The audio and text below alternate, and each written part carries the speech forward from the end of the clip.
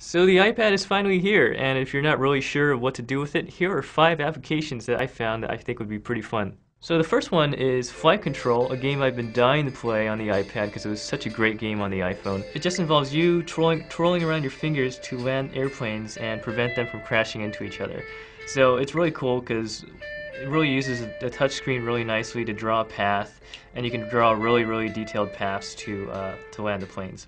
So the game gets harder and harder, the more and more planes come, bigger planes come, and the goal is to just land as many planes as you can before one of them crashes into another. Oops, I just died. And the next one I want to show you is called Beautiful Planet HD. 2 traveling journalists went all over the world, took some photos, and wrote some passages about their various photographs. And this is like a really neat way to present it. So they had this illustrative or this interactive map. You could tap on a country they visited and see all the pictures they took. You can see it as a slideshow if you want. You could also read whatever they wrote for each photo.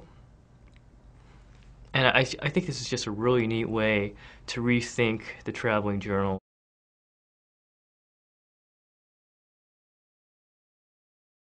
The iPhone had some really neat musical instrument applications, and people were playing with them in very experimental ways, but I think the lack of screen size really made it limited in terms of what you could do. So I think the iPad is going to be a really interesting platform for musical instruments. It's going to be really neat.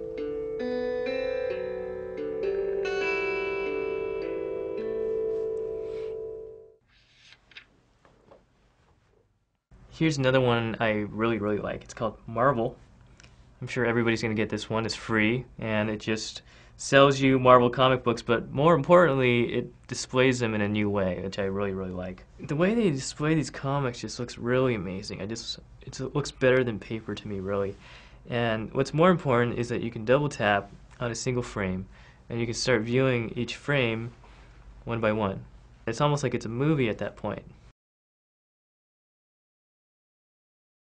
So the last one I want to show you is pretty simple, just a weather application, because the iPad does not come with a weather application. You got to download your own.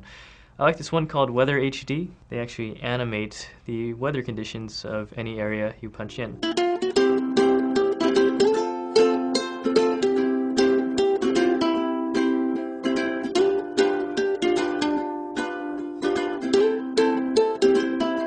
iPad apps are going to cost a little bit more money than iPhone apps in general. On average, they're costing between $3 to $5 from what we're seeing. That's not too much, and fortunately, you're still going to be able to run all the iPhone apps that you already bought.